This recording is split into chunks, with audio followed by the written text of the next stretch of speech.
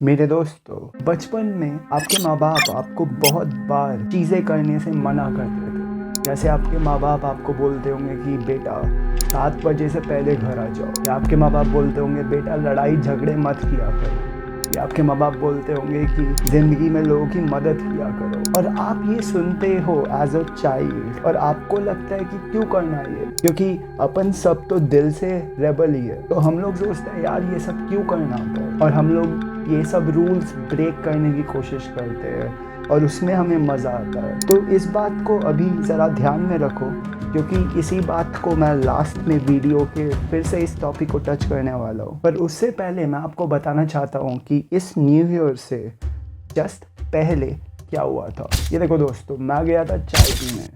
ये थी दिसंबर के एंड की बात, पिछले साल के। तो मैं चाय पी रहा हूँ आराम से, फ़ोन में थोड़ा स्क्रॉलिंग कर रहा हूँ ऊपर नीचे, और फिर मैंने नोटिस किया कि जहाँ पे मैं चाय पी रहा था उधर कॉर्नर में ऑपोजिट साइड में 2 बंदे बैठे हुए, और ये था रात का टाइम। मैंने नोटिस करना शुरू किया, ये लोग मेरी तरफ देख रहे हैं, उसके बाद कुछ कुछ बोल रहे हैं। तो मैं इग्नोर किए जा रहा था। मेरे कान में थे मेरे ईयर प्लग्स और मैं अपने फ़ोन में स्क्रॉलिंग कर रहा हूँ। तो पहले ये लोग मुझे बुला रहे थे, मैं इग्नोर मार रहा हूँ क्योंकि मुझे अपने काम से मतलब रखना है। उसके बाद मैंने गाली सुनी, तो उन दोनों में से एक बंदा गाली दिया कुछ मेरी तरफ, तो मेरे को वो सुनाई दिया। फिर भी मैं अपना फ़ोन में देख रहा हूँ। उसके बाद एक बंदा हीरो हीरो हीरो करके बोले जा रहा है मेरे को। मैं फिर भी इग्नोर मार रहा हूँ, आराम से फ़ोन में स्क्रॉलिंग कर रहा हूँ। न्यू ईयर का सीज़न चल रहा है, जब बंदे ग्रुप में होते हैं थोड़े हीरो बन जाते हैं, थोड़ा अलग ही कॉन्फिडेंस आ जाता है, मेरे को वो सब समझ आता है। तो मैं तो कोशिश कर रहा था इग्नोर करने का, ताकि कुछ लफड़ा ये सब ना हो जाए। फिर कुछ देर बाद जब ये दोनों बंदे आके स्लाइड होके मेरे सामने बैठ गए और फिर मेरे शोल्डर को टच किए जा रहे, तो मुझे समझ आ गया कि ओके अभी तो लड़ाई हो सकती। तो मैंने देखा इनकी तरफ और मैंने देखा 2 बंदे,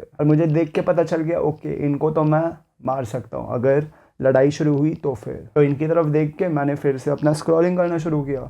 फिर एक बंदा क्या किया, वो मेरे कान से एक ईयर प्लग निकाल रहा है, बोलने के लिए कि हीरो अब सुनाई दे रहा है क्या। तो जैसे ही ये बात हुई तो मुझे समझ आ गया था कि अब तो कुछ एक्शन लेना पड़ेगा। तो मैं उठा, ये दोनों बंदे सामने बैठे हुए, इनको लग रहा है कुछ मजाक होने वाला है, और मैंने मार दिया एक बंदे को बूम। तो उस बंदे के मुंह पे लगा। इसके जो साइड में जो इसका दोस्त था वो देख रहा है, ये बंदा नीचे गिर रहा है, तो इसको ये उठा रहा है। और मैं इसके दोस्त को बोल रहा हूँ कि ब्रो न्यू ईयर के टाइम पे ऐसा नहीं करते, न्यू ईयर के टाइम पे चिल रहना होता। और फिर मैं इससे अपना जो ईयर प्लग मेरा नीचे गिरा हुआ था वो मैं उठाया, डाला कान पे और मैं निकल गया। दोस्तों बात ऐसी है कि इस सिचुएशन में मैंने रिएक्ट किया सेल्फ डिफेंस, क्योंकि अगर आप मेरा चैनल जानते हो आप तो जानते हो कि मैं वायलेंस प्रमोट बिल्कुल नहीं करता, मैं तो बस सेल्फ डिफेंस में रिस्पॉन्स देता हूँ लोगों को। तो यही हुआ। और जब लड़ाई होती है ऐसे स्ट्रीट्स में, तो फिर आप में एड्रेनलिन इतना चल रहा होता है, आपको इतना नोटिस नहीं होता कि कहाँ पे मेरी क्या इंजरी है, कि मेरे को कहीं चोट लगा, कोई वीकनेस, कुछ पता नहीं चलता। पर मैं अगले दिन जब सो के उठा था तो मैं देखा था कि मेरा जो हाथ है वो थोड़ा फूल गया था। मुझे लगा कोई नहीं, ये तो जल्दी ठीक हो जाए। तो मैं अपना रूटीन कंटिन्यू किए जा रहा हूँ, जिम मारे जा रहा हूँ, जो न्यूट्रिशनल इनटेक है वो कंटिन्यू कर रहा हूँ, ज़्यादा सोच नहीं रहा इस चोट के बारे में। कुछ टाइम बाद ये जो हाथ फूल गया था इस पे बनने लगा एक बड़ा सा बबल, तो मेरी और फटने लगी। पर मैं सोचा कोई नहीं, ये भी ठीक हो जाएगा। उसके अगले दिन जब मैं सो के उठा, मैं देखता हूँ जो इधर फूल गया था वो बन गया ब्लू कलर का। तो मुझे पता चलने लगा ओह शिट, ये तो कुछ इन्फेक्शन हो रहा है। तो मैं अगले दिन जिम को भी स्किप किया, जो मैं करता भी नहीं कभी कि मैं जिम स्किप कर दूँ, ऐसा कभी होता नहीं। मेरे को करना पड़ा ताकि मैं इस हाथ को रेस्ट दे सकूँ। पर अगले दिन भी देख रहा हूँ इसमें कुछ चेंज आया ही नहीं, ये तो अभी भी फुला हुआ है और नीले कलर का है, ब्लू कलर का है। और प्रॉब्लम ये आ गई थी कि अगले दिन जब मैं उठा तो फिर मैं अपनी लिटिल फिंगर इसको मैं फील नहीं कर पा रहा था।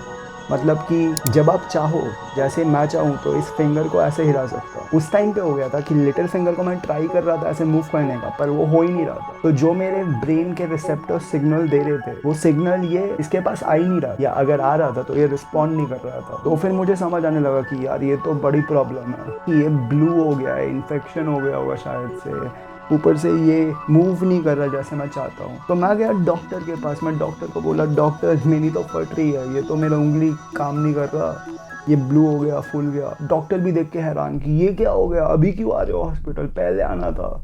अभी तो लग रहा है अभी मैं ट्रीटमेंट देता हूँ, अगर ये काम नहीं किया तो फिर शायद से आपको कट करना पड़ जाए फिंगर। तो बाद में मैं जब अपने फ्लैट गया सोचते हुए कि यार अब तो ये कट करने का सीन आ सकता है, तो मैं अपने माइंड को प्रिपेयर कर रहा था कि वर्स्ट केस सिनेरियो में अगर कट करना पड़ रहा है, अच्छी बात है कि ये बस एक उंगली है। मतलब कि अगर आपको अपना लेग को एम्पुटेट करना पड़ रहा है तो उस पर तो आप चल ही नहीं पाओगे, है ना। उसमें आपके लाइफ बहुत ज़्यादा इम्पैक्ट हो जाएगा। तो मैं तो सोच रहा था कि ठीक है, एक उंगली है, इसको अगर एम्पुटेट करना पड़ रहा है, कम से कम मेरे पास बाकी उंगली है, तो फिर थोड़ी स्ट्रगल होगी इनिशियली, पर बाद में मैं मैनेज कर पाऊंगा, मैं काम तो कर पाऊंगा। ऑल्दो प्रॉब्लम मेरी ये थी कि लिटिल फिंगर, तो आप जानते हो कि लिटिल फिंगर में आपका बहुत स्ट्रेंथ होता है। जैसे जब भी आप कुछ भी चीज़ होल्ड करते हो ना, आप ग्लास ऑफ वाटर ऐसे होल्ड करोगे तो आप नोटिस करना सबसे ज़्यादा स्ट्रेंथ इसी का लगता है, लिटिल फिंगर का आपका। तो आप एक बार ट्राई करो ग्लास होल्ड करने का, जिसमें आप ये लिटिल फिंगर हटा देते हो, आप ऐसे ग्लास होल्ड करो, तो फिर आपको समझ आएगा कि इसमें तो डिफ़िकल्टी होती है, इसमें ज़्यादा स्ट्रेंथ लग रहा है, क्योंकि लिटिल फिंगर जो आपका है ये बहुत ज़्यादा लोड उठा पाता है कंपेयर टू आपके अदर फिंगर। तो मेरे हाथ का अगर मेरे को ये एम्पुटेट करना पड़ता तो मेरे हाथ का स्ट्रेंथ तो कम हो जाता बहुत, और उस बात का तो मेरे को बहुत बुरा लगता। बट दोस्तों लकीली डॉक्टर ने जो ट्रीटमेंट बताया, जो फूल गया था उससे खून निकाला, पस निकाला, उसके बाद ऊपर इसको इन्फेक्शन प्रिवेंट करने के लिए जो एंटीबैक्टीरियल क्रीम ये सब लगाए, ये सब लगाने के एक दिन बाद मेरे को बेटर तो फील हो रहा था कि ओके थोड़ी इसमें सेंसेशंस आने लगी, और अभी तो मेरे को लग रहा है कि ओके ये क्योर होने वाला है। तो मेरे को फील आ रहा है कि ओके अभी तो इस वूंड में इम्प्रूवमेंट हो रहा है। पर दोस्तों याद है आपको जब मैंने वीडियो शुरू किया था उसमें मैंने आपको बताया था कि हमारे माँ बाप हमारे को इतने सारी चीज़ें मना करते हैं करने के लिए, हम फिर भी करते हैं, हम रेबल करते हैं। तो मैंने वो आपको इसलिए बताया था क्योंकि इस सिचुएशन में जैसे हमारे माँ बाप बोलते हैं कि लड़ाई मत किया करो, तो वो जब बोलते हैं हम सोचते हैं यार मैं इंस्टिगेट नहीं करता, और सेल्फ डिफेंस में तो लड़ना पड़ेगा ना। पर इस सिचुएशन में मैं सोच रहा था कि अगर ये जो दो लोग हीरो बन रहे थे फालतू का, अगर मैं डायरेक्टली उनको हाथ जोड़ के सॉरी बोलता और मैं निकल लेता तो कुछ नहीं होता, उनको भी कुछ नहीं होता, मेरे हाथ पे भी कुछ नहीं होता। पर उसमें मेरे ईगो को थोड़ा बुरा लगता कि यार ये तो सिचुएशन मैं हैंडल कर सकता हूँ, पर मैं फिर भी ऐसे एस्केप कर गया। तो बस उस ईगो के लिए मैंने अपनी पूरी फिंगर का एम्पुटेशन का रिस्क झेला। तो अभी जब मैं पूरी पिक्चर देख रहा हूँ कि क्या क्या हुआ पिछले इतने हफ्तों में, और मैं सोच रहा हूँ कि यार अपनी ईगो के लिए इतना बड़ा रिस्क लेना क्या अच्छी बात है। क्योंकि ये देखो मेरे को ये सैटिस्फाइड तो लगा था, जो बंदे को मैंने मारा और वो गिर गया नीचे, तो मुझे लगा तो कि ये देखो ये हीरो बन रहा था, इसको मिल गए कॉन्सिक्वेंस, और मैं आराम से काम तमाम करके वापस आ गया। तो इससे मेरा ईगो उस मोमेंट के लिए साशिएट हो गया था, उस मोमेंट के लिए सैटिस्फाई हो गया था। पर मेरा सवाल है कि क्या अपने ईगो को सैटिस्फाई करना वर्थ इट है, एक पोटेंशियली ऐसा टाइप का रिस्क अपने लाइफ में इनवाइट करने के लिए। तो दोस्तों जब आपके माँ बाप आपको एडवाइस देते थे कि ये मत करो ये मत करो, मैं देखता हूँ अपने दोस्तों में कि उनको थोड़ा बुरा लगता है बहुत कि यार ये क्या बोल सकते हैं मेरे को, मेरी लाइफ में मैं जैसे जी। पर मैं चाहता हूँ दोस्तों आप, अगर आपके माँ बाप ने भी आपको ऐसे इंस्ट्रक्शंस दिए, आप इसका बुरा मत मानो, क्योंकि वो तो आपका भला ही चाहते हैं दोस्तों, वो आपके बारे में अच्छा चाहते हैं, इसीलिए वो आपको बोलते हैं ऐसा। तो आप इस बात को गलत तरीके से मत देखना। इस सिचुएशन में भी अगर मैं उनकी एडवाइस फॉलो करता जो उन्होंने मुझे बचपन में सिखाया था कि लड़ाई मत किया करो, तो आज ये नहीं होता। तो दोस्तों मैंने अलग अलग वीडियोज़ में आपको बताया है, मैंने हर तरह का मार्शल आर्ट प्रैक्टिस किया है, और मेरे हिसाब से मेरे पूरे life experience, fighting life experience के हिसाब से best martial art self defence के लिए वो तो है रनिंग। और मैं जब बोलता हूँ लोग हंस देते हैं कि रनिंग तो कावर्ड्स करते हैं, और मैं भी रिलेट करता हूँ क्योंकि ईगो तो दोस्तों मेरे में भी है। पर अगर रनिंग की मदद से आपको ऐसे प्रॉब्लम्स इनवाइट ना करने पड़े लाइफ में, तो क्या आपको नहीं लगता कि शायद से रनिंग ही बेस्ट मार्शल आर्ट है सेल्फ डिफेंस के लिए? क्योंकि अगर आप एस्केप कर लिए तो फिर तो पूरी सिचुएशन अवॉइड हो गई और आपको कोई इंजरीज भी नहीं आई।